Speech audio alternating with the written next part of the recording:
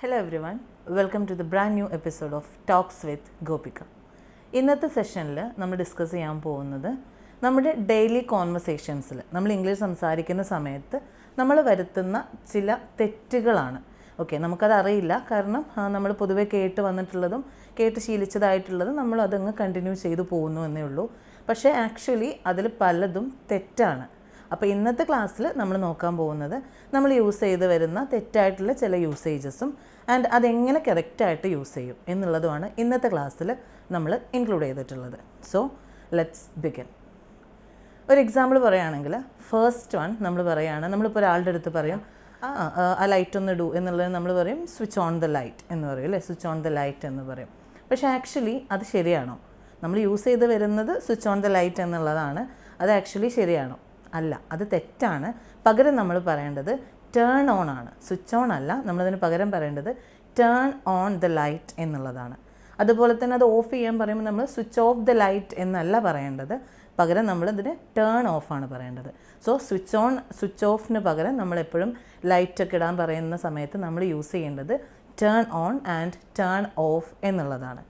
Same ഇതേ രീതിയിൽ തന്നെ വരുന്നത് നമ്മളിപ്പോൾ ടി വി ഒന്ന് ഓൺ ചെയ്യാൻ പറയും അല്ലേ, അപ്പോൾ നമ്മളെങ്ങനെ പറയും? Switch on the TV please എന്ന് പറയും. അത് ശരിയാണോ? അല്ല, അതും തെറ്റാണ്. അതിന് പകരവും നമ്മൾ യൂസ് ചെയ്യേണ്ടത് ടേൺ ഓൺ എന്നുള്ളതാണ്. സോ ആ ടി വി ഓൺ ചെയ്യൂ എന്നുള്ളതിന് നമുക്ക് എന്ത് പറയാം?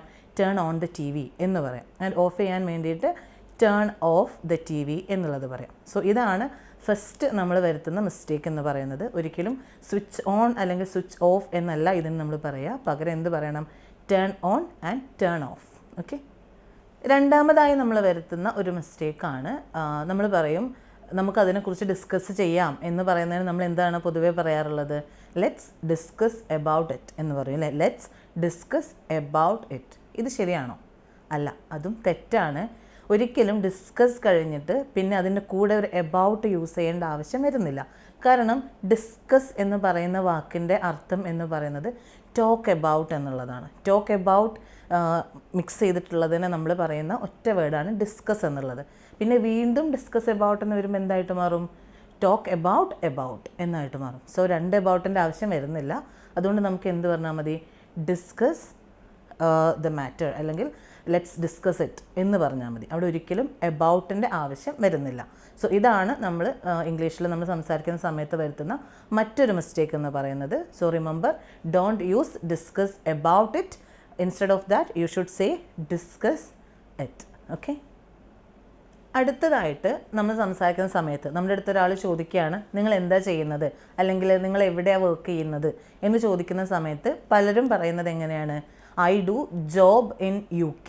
UK-യിലാണ് വർക്ക് ചെയ്യുന്നത് എന്നുള്ളതിന് I do job in UK എന്ന് പറയുന്നത് ശ്രദ്ധിച്ചിട്ടുണ്ട്. പക്ഷേ അതും തെറ്റാണ്. പകരം നമുക്ക് എന്ത് പറയാം? ഒന്നെങ്കിൽ നമുക്ക് ഇങ്ങനെ പറയാം, I work in UK, I work in UK എന്ന് പറയാം. അല്ലെങ്കിൽ I have job in UK എന്നുള്ള രീതിയിൽ നമുക്ക് പറയാം. ഓക്കെ, ഇതിലേതെങ്കിലും ഒരു രീതിയാണ് നമ്മൾ യൂസ് ചെയ്യേണ്ടത്. അല്ലാതെ ഒരിക്കലും I do job in UK എന്നുള്ളത് യൂസ് ചെയ്യരുത്. അതൊരു മിസ്റ്റേക്കാണ്. ഓക്കെ. അടുത്തത് സിമ്പിളായിട്ടുള്ള ഒരെണ്ണമാണ്, പക്ഷേ പലരും അത് തെറ്റിച്ചാണ് പറയാറുള്ളത്. ഇപ്പോൾ നമ്മൾ പാട്ട് കേൾക്കുകയാണ് എന്ന് പറയും അല്ലേ. എന്ത് ചെയ്തുകൊണ്ടിരിക്കുന്നതെന്ന് ചോദിക്കുമ്പോൾ ചിലർ പറയും പാട്ട് കേൾക്കുകയാണ്. അതെങ്ങനെയാണ് പറയുക? ഐ ആം ഹിയറിങ് സോങ് എന്ന് പറയും അല്ലേ, ഐ ആം ഹിയറിങ് സോങ്. അത് ശരിയാണോ? അല്ല, അത് തെറ്റാണ്. നമ്മൾ പാട്ട് കേൾക്കുക എന്ന് പറയുന്നതിന് യൂസ് ചെയ്യേണ്ടത് ലിസണിങ് ടു മ്യൂസിക് അല്ലെങ്കിൽ ലിസണിങ് ടു സോങ് എന്ന് പറയും, listening to music, that is better. So ഒരിക്കലും ഐ ഹിയറിങ് സോങ് അല്ലെങ്കിൽ ഹിയറിങ് മ്യൂസിക് എന്ന് പറയരുത്. അതിന് പകരം യൂസ് ചെയ്യേണ്ടത് എന്താണ്? I am listening to music. ഇപ്പോൾ ഒരാൾ നിങ്ങളോട് ചോദിക്കുകയാണ് നിങ്ങളുടെ ഹോബി എന്താണ്, വാട്ട്സ് എ ഹോബി എന്ന് ചോദിക്കുമ്പോൾ മറുപടി എന്ത് കൊടുക്കാം? ലിസണിങ് ടു മ്യൂസിക് എന്ന് കൊടുക്കാം. My hobby is listening to music. ഒരിക്കലും ഹിയറിങ് മ്യൂസിക് അല്ലെങ്കിൽ ഹിയറിങ് സോങ്സ് എന്ന് പറയരുത്, അത് തെറ്റാണ്. Instead of that you should use listening to music. അടുത്തതായിട്ട് നമ്മൾ ഇംഗ്ലീഷ് സംസാരിക്കുന്ന സമയത്ത് പാസ്റ്റ്, പ്രസൻറ്റ് എന്നൊക്കെ പറഞ്ഞ് ചില സമയത്ത് നമ്മൾ കൺഫ്യൂസ്ഡ് ആവും അല്ലേ.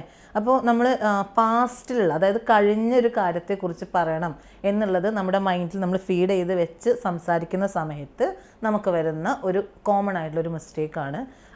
ഒരു എക്സാമ്പിൾ പറയുകയാണെങ്കിൽ ഞാൻ എഴുതി അല്ലെങ്കിൽ ഞാൻ എഴുതിയില്ല. ഓക്കെ, ഞാൻ എഴുതി എന്നുള്ളതിന് ഐ റോട്ട് എന്ന് പറയും നമ്മൾ. ഐ റോട്ട് എന്ന് പറഞ്ഞു കഴിഞ്ഞാൽ ഞാൻ എഴുതി, കഴിഞ്ഞ കാര്യം. റൈറ്റ് എന്നുള്ളതിൻ്റെ പാസ്റ്റ്. പാസ്റ്റ് പറയുമ്പോൾ നമ്മുടെ വേർബിൻ്റെ പാസ്റ്റ് ഫോം യൂസ് ചെയ്യും, അത്രയേ ഉള്ളൂ. സോ ഐ റോട്ട് എന്ന് പറഞ്ഞു കഴിഞ്ഞാൽ ഞാൻ എഴുതി എന്നാണ്, സിമ്പിളായിട്ട്. ഞാൻ എഴുതിയില്ല എന്ന് പറയുമ്പോൾ നമ്മൾ എന്താ യൂസ് ചെയ്യുക? നമ്മൾ ശരിക്കും യൂസ് ചെയ്യേണ്ടത് ഐ ഡിഡൻറ്റ് റൈറ്റ് എന്നുള്ളതാണ്. പക്ഷേ നമ്മൾ കോമൺ ആയിട്ട് അതിൻ്റെ ആദ്യം നമ്മൾ റോട്ട് യൂസ് ചെയ്തതുകൊണ്ട് ഇതിലും റോട്ട് യൂസ് ചെയ്യാം എന്ന് വിചാരിച്ചിട്ട് നമ്മൾ ഐ ഡിഡൻറ്റ് റോട്ട് എന്ന് പറയും. പക്ഷെ അത് തെറ്റാണ്. എന്തുകൊണ്ടാണ്? ഈ ഡിഡൻറ്റ് എന്ന് വന്ന്, അതായത് ഡിഡ് നോട്ട് എന്ന് പറയുന്നത് തന്നെ പാസ്റ്റ് ഫോമിലുള്ളതാണ്. പാസ്റ്റ് ഫോമിൽ വരുന്ന ഒരു യൂസേജാണ് ഡിഡൻറ്റ് എന്നുള്ളത്. അപ്പോൾ ഡിഡൻറ്റ് ഓൾറെഡി നമ്മുടെ സെൻറ്റൻസിൽ വന്നു കഴിഞ്ഞാൽ പിന്നെ വീണ്ടും പാസ്റ്റ് ഫോം നമ്മൾ യൂസ് ചെയ്യേണ്ട ആവശ്യമില്ല. സിമ്പിളായിട്ട് നമുക്ക് എന്ത് എഴുതിയാൽ മതി, അവർ എന്ത് പറഞ്ഞാൽ മതി? ഐ ഡിഡൻറ്റ് റൈറ്റ് എന്ന് മതി. ഓക്കെ, അതായത് ഐ ഡിഡൻറ്റ് റോട്ട് അല്ല, ഐ ഡിഡൻറ്റ് റൈറ്റ് ആണ് വരുന്നത്. ഇതുപോലെ തന്നെ വേറെ ഒരു എക്സാമ്പിൾ പറയുകയാണെങ്കിൽ ഐ ഡിഡൻറ്റ് സ്പോക്ക് എന്ന് പറയേണ്ട ആവശ്യമില്ല. സ്പോക്ക് പാസ്റ്റ് ഫോം ആണ്, പക്ഷേ ഡിഡൻറ്റ് വന്നതുകൊണ്ട് സിമ്പിളായിട്ട് സ്പീക്ക് എന്ന് തന്നെ മതി. അപ്പോൾ എങ്ങനെ പറയാം? ഐ ഡിഡൻറ്റ് സ്പീക്ക് എന്ന് പറയാം. ഓക്കെ, ഇനി അടുത്തത് സിമ്പിളായിട്ടുള്ള ഒരു കാര്യമാണ് ഇന്ന് രാത്രി. ഇന്ന് രാത്രി എന്ന് നമ്മൾ ഇംഗ്ലീഷിൽ എന്താ പറയുക? ഇന്ന് ടുഡേ, രാത്രി നൈറ്റ്, ടുഡേ നൈറ്റ് അല്ലേ? പക്ഷെ അത് തെറ്റാണ്. നമ്മൾ പറയുക ടു നൈറ്റ് എന്നുള്ളതാണ്. ടുഡേ നൈറ്റിനെ കമ്പൈൻ ചെയ്ത് നമ്മൾ പറയേണ്ടത് ടു നൈറ്റ് എന്നാണ് കേട്ടോ. ഒരിക്കലും I will go home today night എന്ന് പറയരുത്.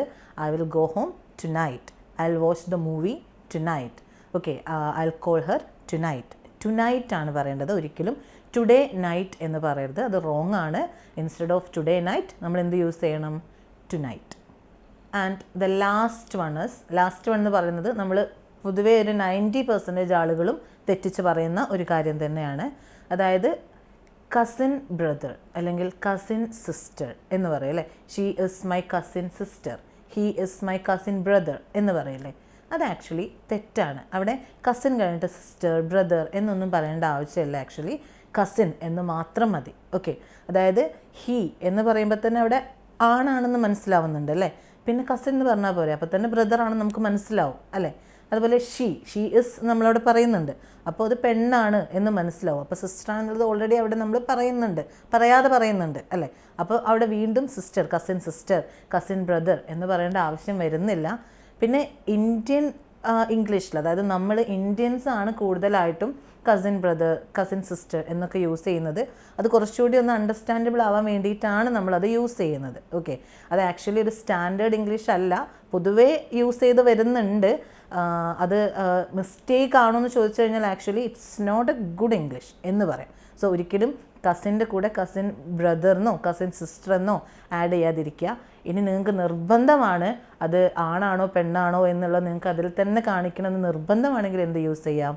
ഈ സിസ്റ്റർ ബ്രദറിന് പകരം മെയിൽ കസിൻ, ഫീമെയിൽ കസിൻ എന്ന് പറയാം. ഓക്കെ, മെയിൽ കസിൻ അല്ലെങ്കിൽ ഫീമെയിൽ കസിൻ എന്ന് പറയാം. ആക്ച്വലി അതിനൊന്നും ആവശ്യമില്ല. ഹീ ഇസ് എന്ന് പറയുമ്പോൾ തന്നെ അവിടെ ആണാണ് നമ്മൾ ഓൾറെഡി പറഞ്ഞു കഴിഞ്ഞു അല്ലേ. അപ്പോൾ he is my cousin, she is my cousin എന്ന് മാത്രം മതി. ഓക്കെ, അടുത്തതായിട്ട് നമ്മൾ നോക്കാൻ പോകുന്നത് നമ്മൾ പൊതുവായിട്ട് സംസാരിക്കുന്ന സമയത്ത് നമുക്ക് തന്നെ വരുന്നൊരു ഡൗട്ടാണ്.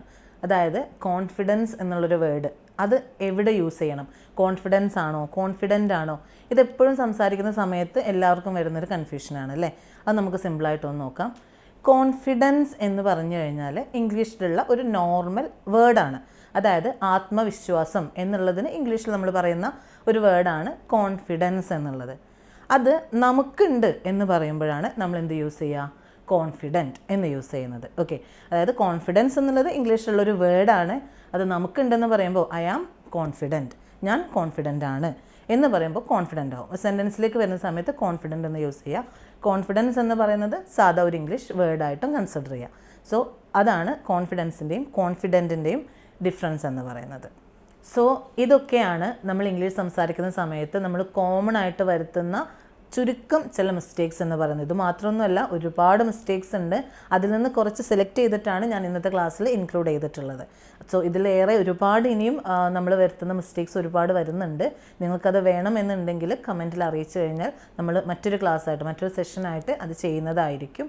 സോ ഇന്നത്തെ ക്ലാസ് എല്ലാവർക്കും മനസ്സിലായി എന്ന് വിശ്വസിക്കുന്നു. And thank you so much for watching. And don't forget to subscribe my channel and please enable the bell icon. Thank you so much.